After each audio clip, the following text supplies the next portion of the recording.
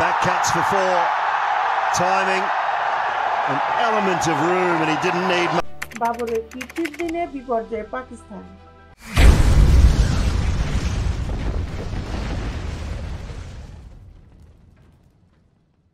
পাকিস্তানের তারকা batsman Babar Azam test ক্রিকেটে 4000 রান স্পর্শ করে নতুন এক কীর্তি গড়েছেন। তবে তার এমন অর্জনের দিনটি সুখকর হলো না দলের জন্য।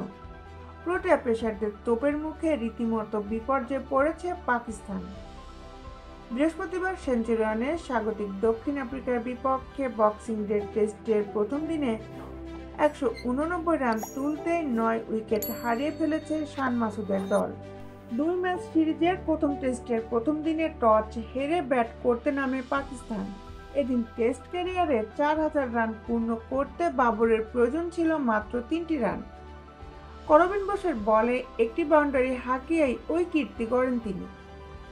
ডান হাতে ব্যাটার বোসের একটি নিচু হয়ে আসা ফুল টস বলটি স্কয়ার লেগ দিয়ে বাউন্ডারি পার করে তার মাইল ফলক ছোঁয়ার আনন্দ উদযাপন করেন।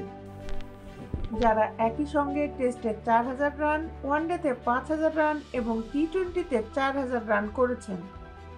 এই তালিকায় তিনি কেবল তৃতীয় খেলোয়াড় যিনি ক্রিকেটের 3 ফরম্যাটে 4000-এর বেশি রান করেছেন। তবে দুঃখজনকভাবে ওই 4 রানে শেষ হয় বাবর আজমের প্রথম ইনিংস। কাকতালীয়ভাবেই এদিন বাবর আজমের ইনিংস শুরু আর শেষের সঙ্গে জড়িত করবিন বোস আর ডেন প্যাটারসনই গোটা পাকিস্তান দলের বিপর্যয়ের কারণ হয়ে দাঁড়ায়। এই দুই পেসারই ধসিয়ে দেন সফরকারীদের ব্যাটিং লাইন, ভাগ করে নেন 9 উইকেট। এর মধ্যে শেষের জনই ছিলেন একটু বেশি ভয়ঙ্কর। মাত্র সপ্তম ম্যাচ খেলতে নামা প্যাটারসনই এদিন টেস্ট ক্যারিয়ারের দ্বিতীয় ফাইফার ঝুলিতে পড়েন। কম যাননি অভিষিক্ত করবিন বোসও। 30 বছর বয়সে পেসার নেন 4টি উইকেট।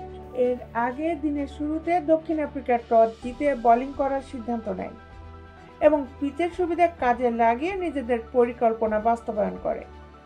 দারুণ বোলিংয়ে পাকিস্তানকে কোণঠাসা করে ফেলে স্বাগতিক বোলাররা, যার ফলে চা বিরতির আগেই 9 উইকেট হারিয়ে বিপর্যয়ে পড়ে শান মাসুদের দল। সংগ্রহ করেন 189 রান। দলের পক্ষে এখন পর্যন্ত সর্বোচ্চ 54 রানের ইনিংস খেলে আউট হয়েছেন কামরান গুলাম।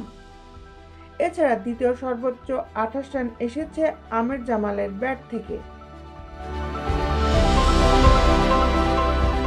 বিশ্বের খেলার আপডেট নিউজ পেতে আমাদের সাথেই থাকুন। Justice sports, Dhaka.